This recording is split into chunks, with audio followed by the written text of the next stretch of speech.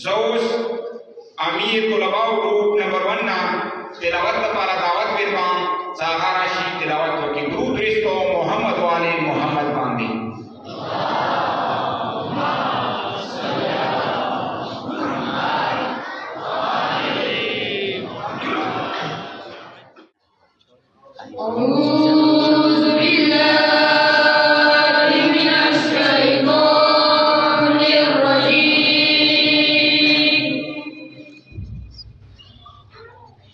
بسم الله الرحمن الرحيم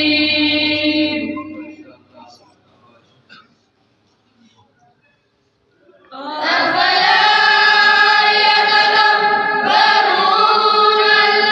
القرآن ولو كان من عند غير الله لوجدوا فيه اختلافا كثيرا ما شاء الله جزاك الله.